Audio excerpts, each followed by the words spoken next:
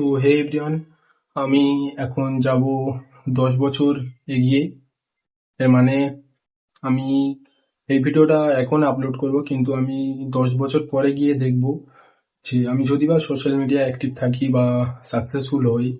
এখন এই ভিডিওটা আমি 10 বছর এগিয়ে গিয়ে দেখব, এখন তো আপলোড করব, কিন্তু আমি এটা এই জন্য করছি এই ভিডিওটা যে আমি এখন যদি এই ভিডিওটা আপলোড করি 10 বছর এগিয়ে গিয়ে দেখলে কি হবে, আমি তখন কি কিছু থাকবো বা আমি থাকবো কি না, বা আমার সোশ্যাল মিডিয়ায় অ্যাক্টিভ থাকবো কি না, তখন আমি কি সাকসেসফুল হতে পারবো কি না।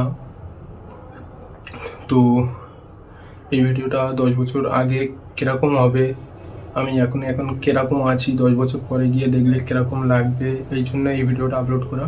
তো চলো, যদি বা সোশ্যাল মিডিয়ায় অ্যাক্টিভ থাকি তো এই ভিডিও ডবল পার্ট নিয়ে আসবো।